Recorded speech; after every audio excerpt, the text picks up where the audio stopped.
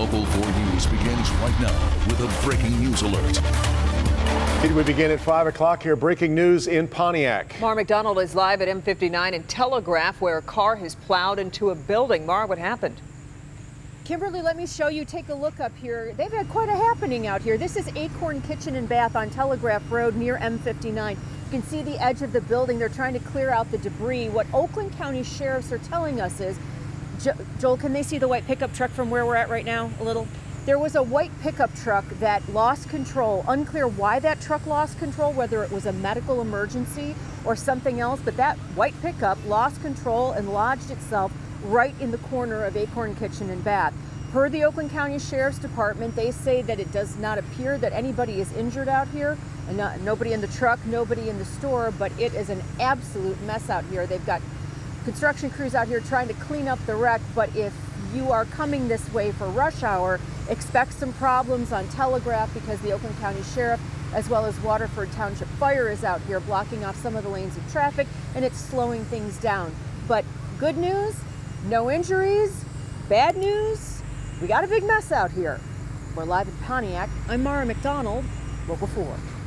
A lot of damage there. Yeah, we'll stay on that story, but let's now turn our attention to the weather, which you can see also making their efforts there no fun because the radar's been lit up for a good part of the day. Rain has poured in and going to be a while before it ends. Yeah, let's get right over to Ben. Ben, seems like it's going to be coming in waves, right? Yeah, we're getting probably a little bit of a slowdown. I wouldn't say it's a complete break this evening, but at least the heavier stuff is going to hold off for a while. Flood watches, though, are in effect for just about everybody. In fact, our entire viewing area until Wednesday afternoon.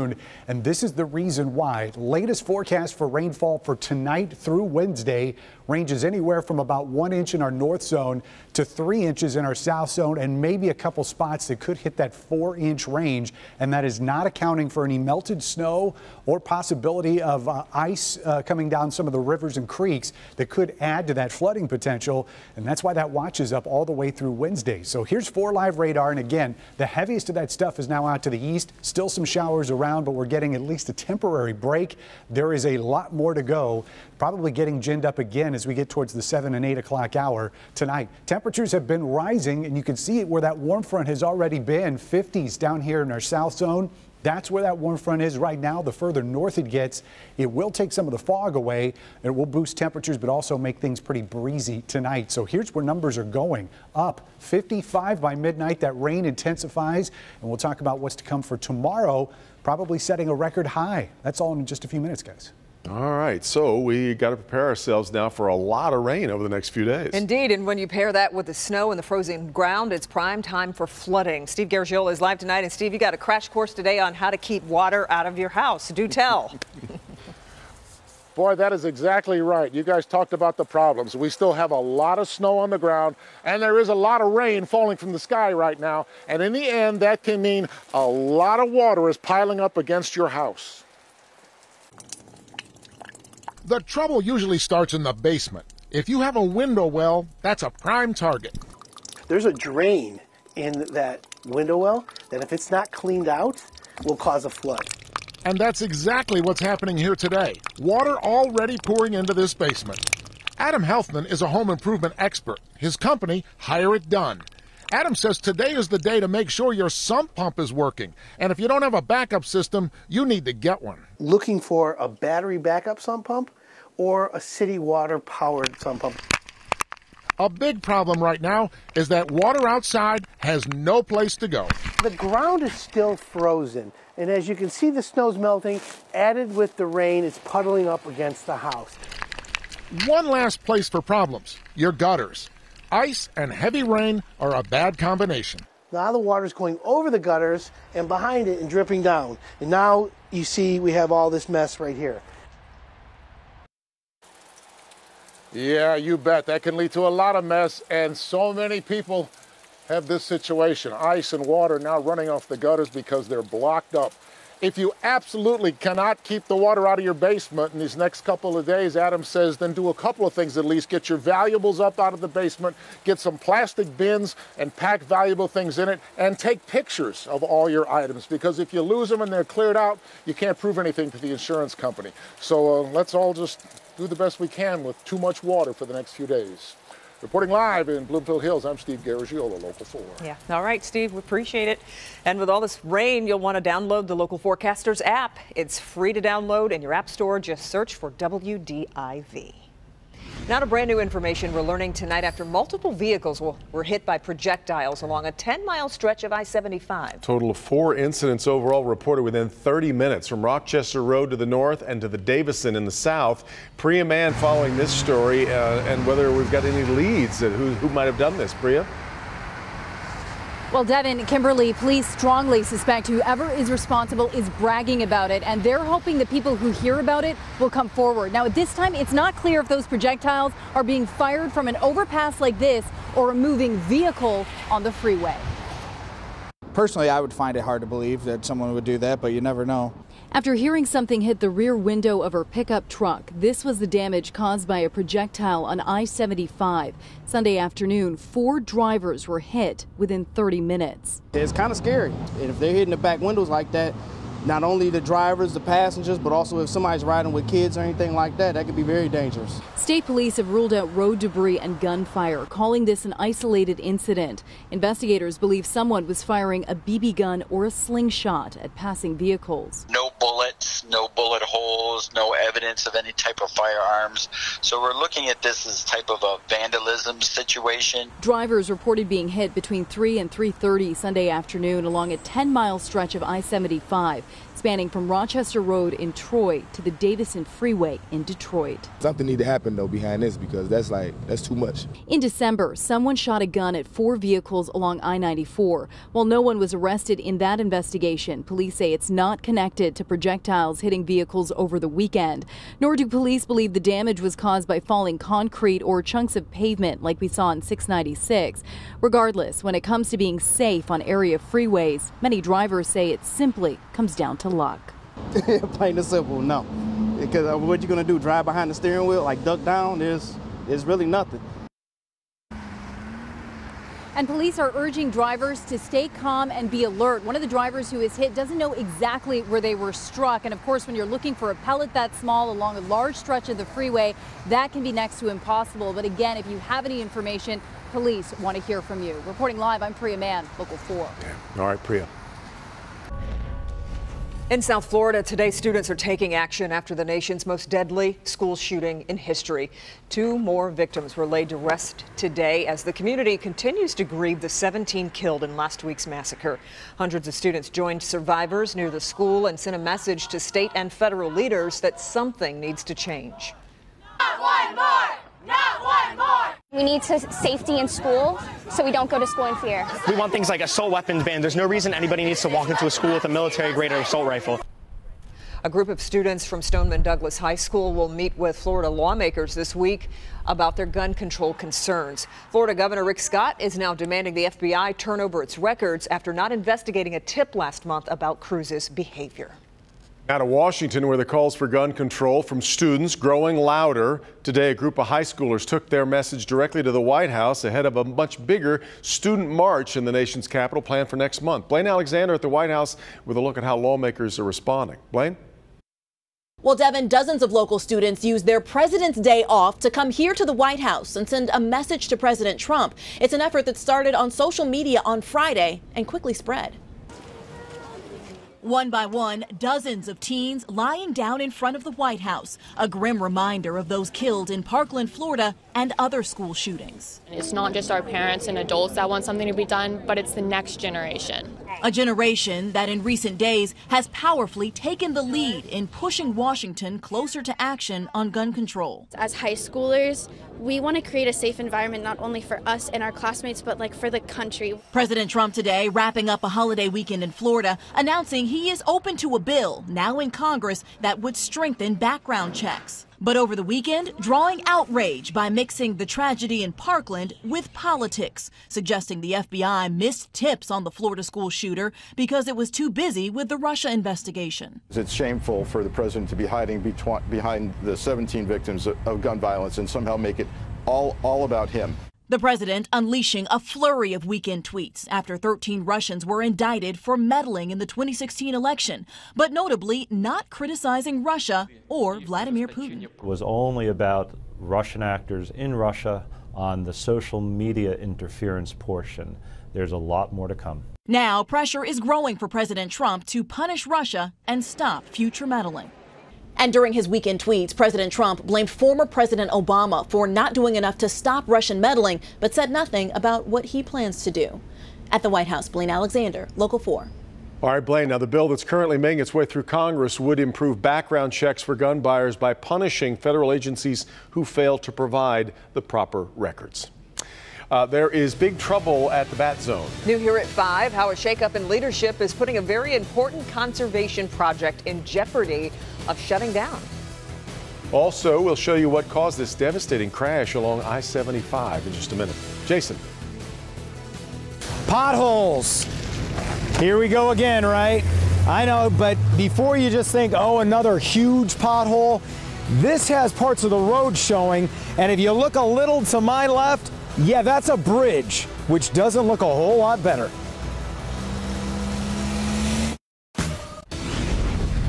New at 6. A local mother says she is shocked by what she and her child saw on a TV screen inside a local Burger King. At 6, what the restaurant chain is saying about the incident.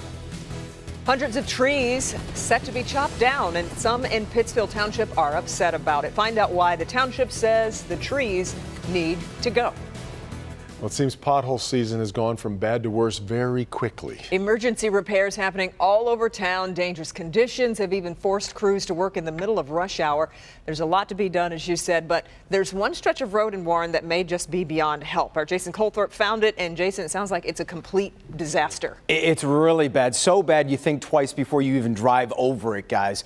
It's slightly off the beaten path, but it gets a lot of traffic, and many who encounter it, including semis, have to come to a dead stop. I was warned not to come this way. The holes get deeper and wider. You really have to slow down to maybe 5 miles an hour. Right now, it's just absolutely horrible. We're talking about Denton Drive, just off Chicago in Warren. The road and the bridge connect to a busy industrial area, and over the last month, it has crumbled. Trying to get through here, there's no good way to be able to maneuver around the potholes. You're going to hit something. Michigan Elite Volleyball is the closest business, and when there's a tournament like last weekend, hundreds of its customers are affected. We do get comments from the customers about the fact that they've had issues with vehicles due to the potholes and the road conditions. That's my size 11 in there, just to give you an idea of how deep this thing is. And the irony of a sign that says no pedestrian traffic is when you take a closer look at this bridge, it would suggest that pedestrian traffic is all that it can support. We see semi-trucks go over that bridge. It doesn't look safe. I hope I don't ever see a semi-truck fall through. Rebar is actually visible in at least one pothole on the bridge and 2 more right before it begins. I had thoughts about the structure of the bridge. I really did. I don't know if I'm going to get across there. You know, what's happening on where I can't see. You know. And that's scary, isn't it? Yeah, it's a little scary. I've covered probably 3 or 4 pothole stories in recent memory, and these were the biggest potholes I've seen, just to give you an idea. By the way, the city of Warren is responsible for that bridge. One of the men we talked to today said they've called the city for weeks and nothing has been done. City Hall was closed today for President's Day, so no one can tell us when that will be fixed, but you can bet we'll give them a call tomorrow and see what the story is with Your that. foot looked tiny in that huge crater. And when we're down to the rebar, yeah, that seems to speak a different level. On the bridge, I still remember Rod Maloney saying on a story with 75, because when you can see stuff inside the bridge, it's trouble. Yeah, exactly. Well, and we turned to bend now because the freeze and thaw, here we go again, and now it's rain for quite a while. That's true, and even though the mild air is here, there's some freezing temperatures, but most of this is going to be above 32, so that's good news for the roads. Eventually, we will get back there, but a lot of this forecast is going to be well above average. In fact, we'll likely set a record tomorrow afternoon. 4 Live radar giving us a little bit of a break from that rain, more dry spots than wet right now. But when you total up the rainfall so far, we've cut off areas less than a tenth. So all the colors you see are from a tenth plus. and most of those numbers start really increasing down towards the state line, about 1/10 of an inch around the city and downriver, 20/100, close to 1/4 of an inch there in the northern part of Monroe County, and then you get down towards the state line. That's where we've picked up at least radar estimates of 8 to 9/10 of rain, and this is just the start of a 3-day stretch that could cause some flooding concerns, at least in parts of the area. So you can see in the last 6 hours that break is pretty much on top of us. Then we'll start watching this area, which is really getting its act together in northern parts of Indiana. That should be here a little bit closer to 8 o'clock. But why is so much water pooling into Michigan? Well, there's 2 reasons. First of all, you've got this huge trough out here in the west, and that just acts as a moisture shovel. That's a connection to the Pacific, so that's coming over the central part of the area. Then you've got the Gulf moisture that is adding to that. And when you actually look at the mid-levels, like a couple thousand feet above the ground, this could be a record setter for the amount of moisture that's in the atmosphere for this time of year. Now, we did have some fog out there. In fact, this is from Dundee. Valerie swears that the highway is somewhere back in there, but the fog was dense in spots. In fact, downtown, tough to see the buildings out there. You can see the flag, which is at half-mast right now. Current temperatures at 51, and we'll continue to watch these numbers rise through the night. Visibility, at least at the airport, is at 8 miles. We will see an improvement in that visibility from south to north as a warm front lifts and we start getting the winds to stir things up. 7 miles at Monroe and 8 miles at Metro, so a little bit better there. So as far as the timing of that rain goes, closer to 8 o'clock, we see that return push of rain. And watch what happens overnight. We don't get any breaks at all. There may be a couple slivers down here towards our south zone, but most of us are going to get soaked for a good portion of the nighttime hours. Highs tomorrow are probably going to set a record, at least at Metro, 65. The existing record is 63, and the entirety of the Metro zone is in the low to mid 60s by tomorrow afternoon. Now, it's not going to be coming with sunshine or anything you want to be outside in, but it is going to be warm. Mid 60s here across our south zone. In fact, most locations will get into the 60s tomorrow, even up into Genesee County, which is going to be at 61. Some 50s up in our north zone in Sanilac County. We're looking at 57 in Sandusky and 58 in Lexington tomorrow. So lows tonight, that's a low, technically. That's where we'll be tomorrow morning at 54 before we rise to 65. Wow. Numbers, 65. Yeah, how about that? Incredible. And the coldest number in that forecast is 28. So yes, there are some sub-freezing temperatures, but we're talking hours. Yeah. There. Yeah. Most of that forecast is above 32. Yeah. Okay, Ben. Well, much more ahead here at 5, including how this special machine is helping fight the flu, even if you get it. That's next.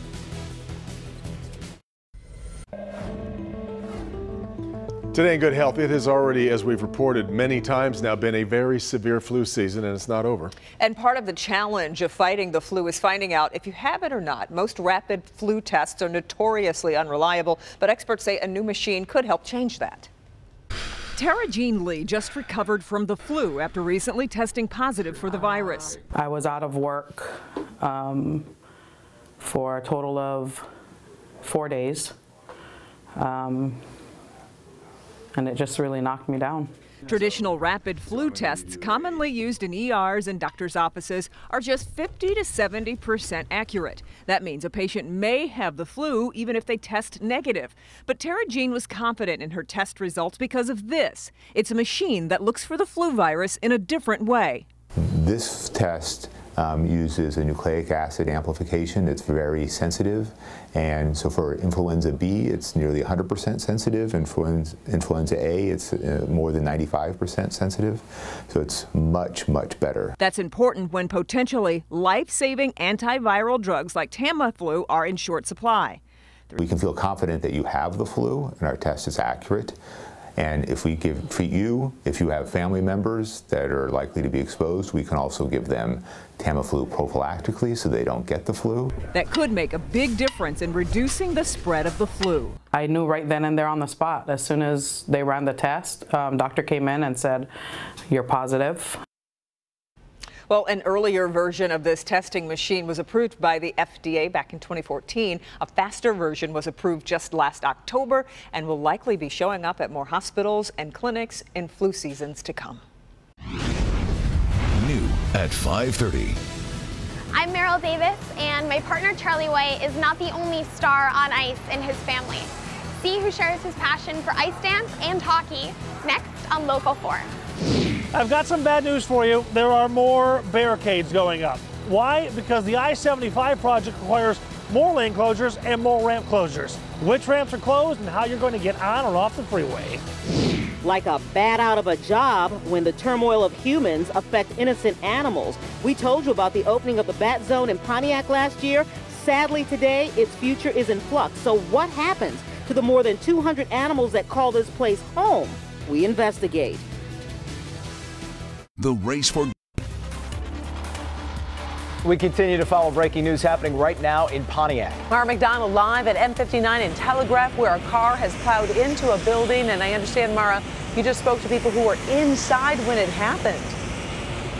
Karen, they've had quite a Monday. Take a look behind me. You can see they're working in the process of trying to clean up this mess right now. But the damage to this building is substantial. The entire corner is open and coming down.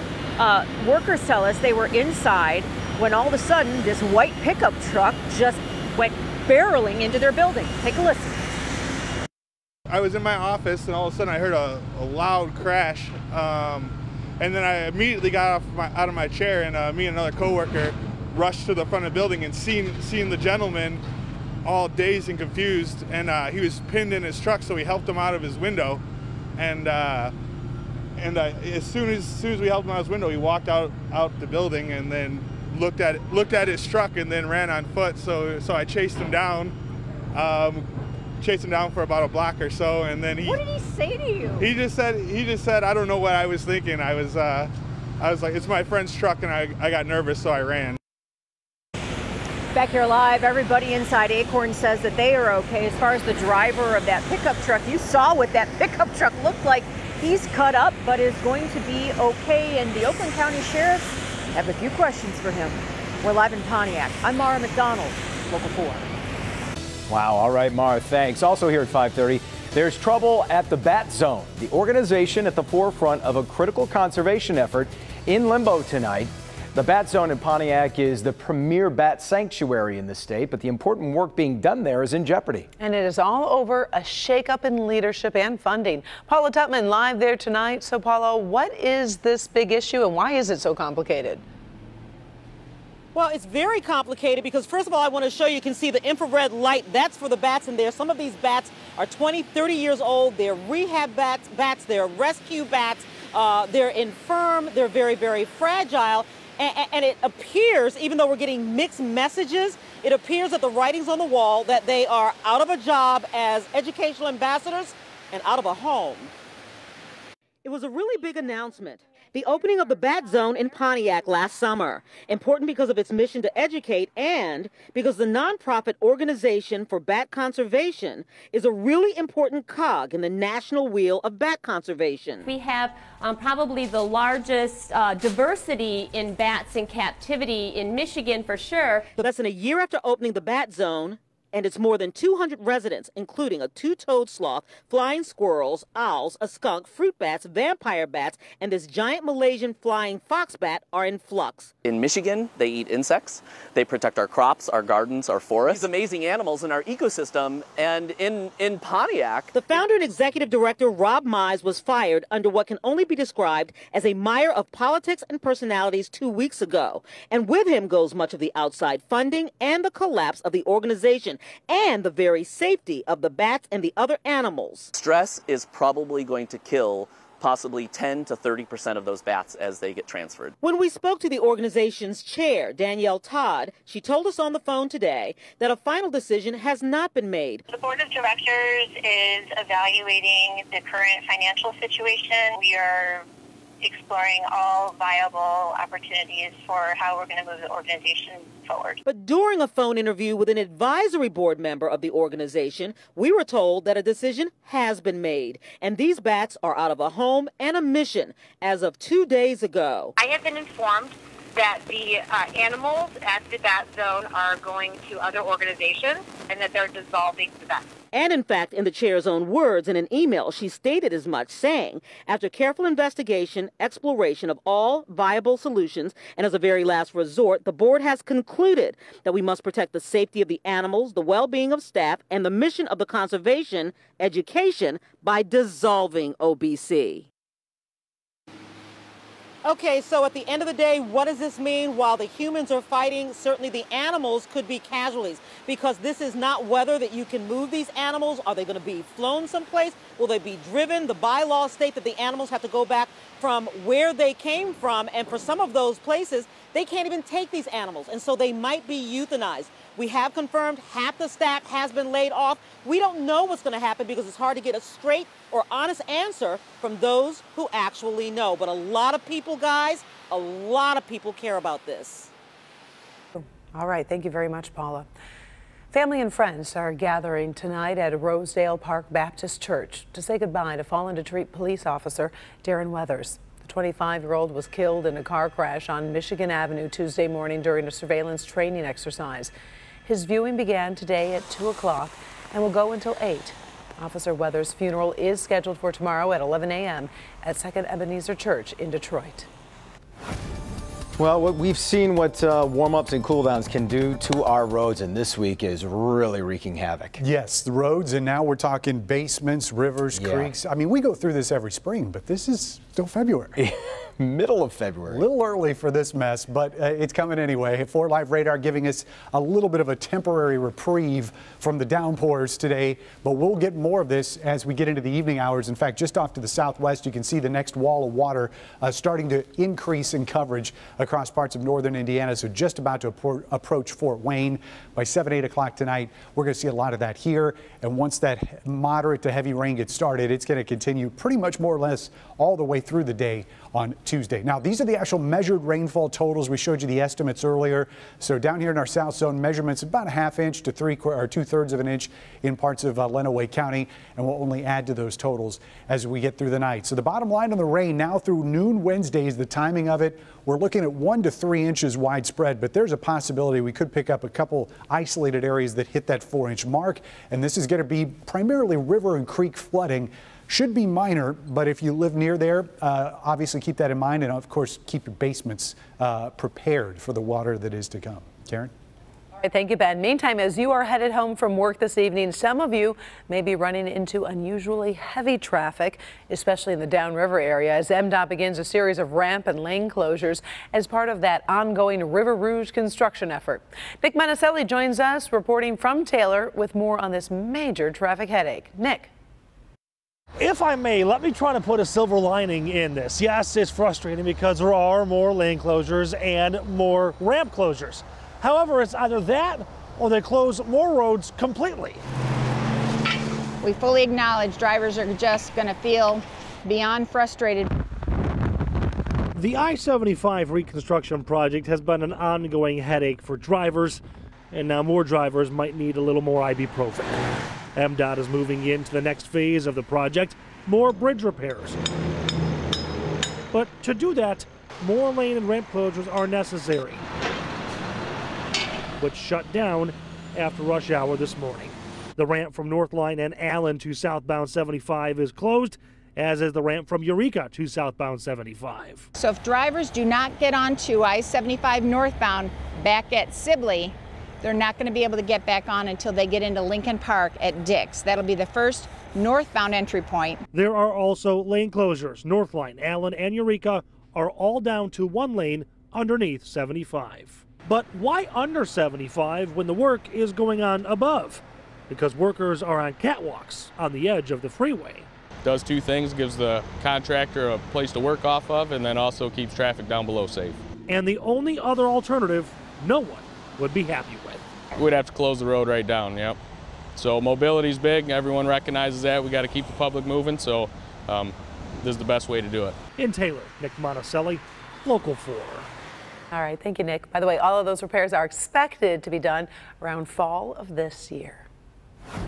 Across Michigan tonight, a 22-year-old Saginaw woman has died after she drove her pickup north in the southbound lanes of I-75 and slammed head-on into a box truck on the northern foot of the Zilwaukee Bridge. The crash happened just before midnight Sunday. The driver of the box truck survived with a broken leg. Southbound traffic was blocked for more than 4 hours. The crash remains under investigation. We're entering the last week of the Winter Olympics now, and the pressure is on to grab those final medals before they're all handed out. And the U.S. really does have a good chance to do just that today in ice dancing and the ski halfpipe.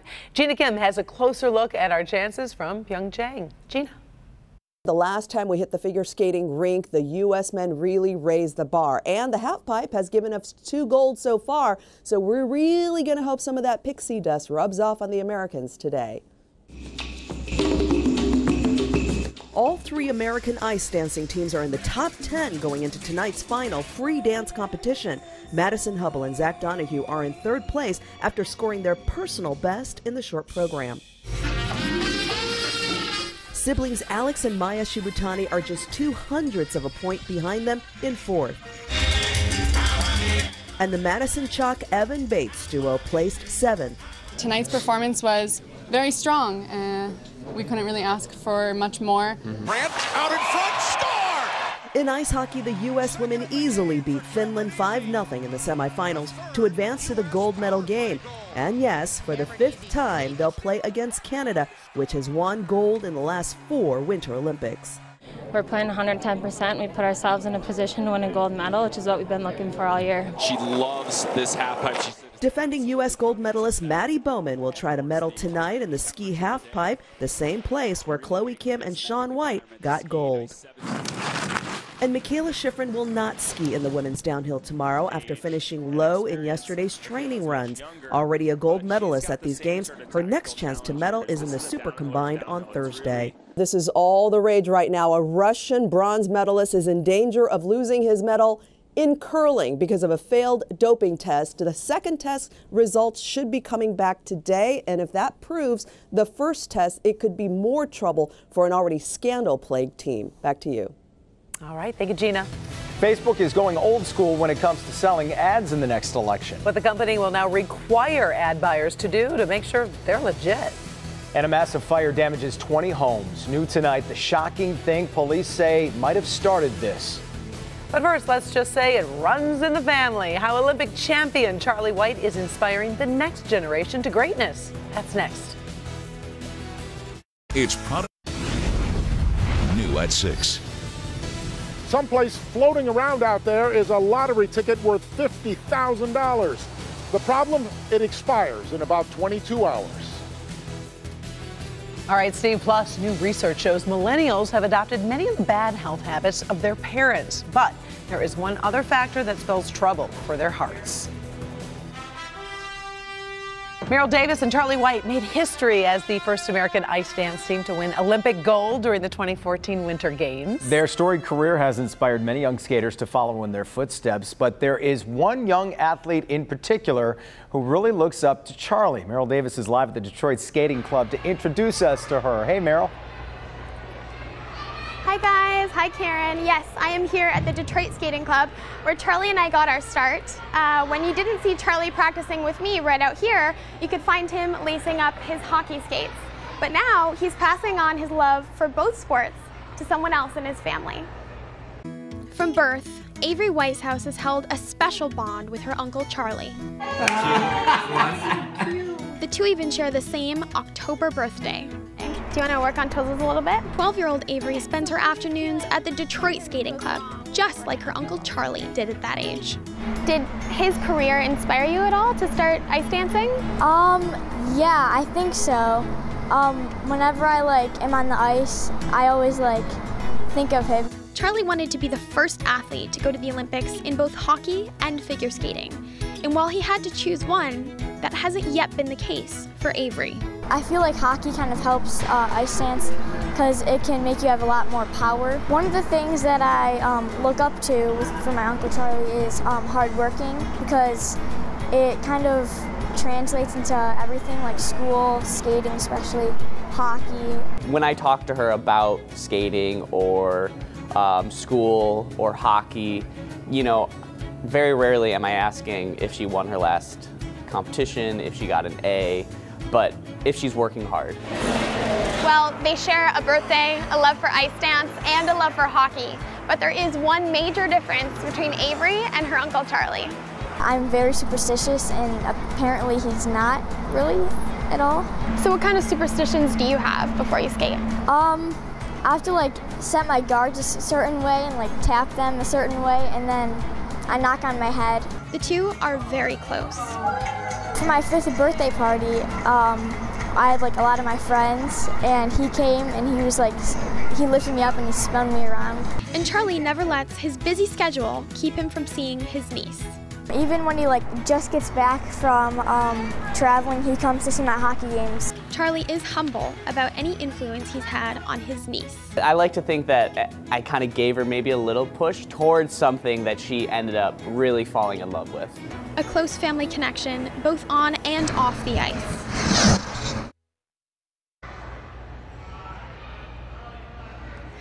Well, Avery is definitely skating at a very exciting time. The U.S. Figure Skating Championships are coming back to Detroit for the first time since 1994. We hope you'll all join us when the most prestigious figure skating event in the United States comes back to Detroit next January. Back to you, Karen. That is going to be exciting, Meryl. Also exciting, 7:30 tonight, we got the O-Zone, and I know we'll be talking about, obviously, the ice dance competition that continues tonight. Now, right now, the Shib-Sibs sit in 4th place. Your perspective, what are their chances, honestly, of getting on the podium? That's right. They're sitting in 4th place right now. They're only about 0.02 points away from the podium, so that's incredibly close. Very, very doable for them to make that podium after their skate tonight. Of course, they do have to have a wonderful skate, but they're known for their consistency, and they're definitely able to do that. So podium definitely not out of reach for the Shib-Sibs. All right, sounds good. Thank you, Meryl. Appreciate it. We'll see you back here at 7:30.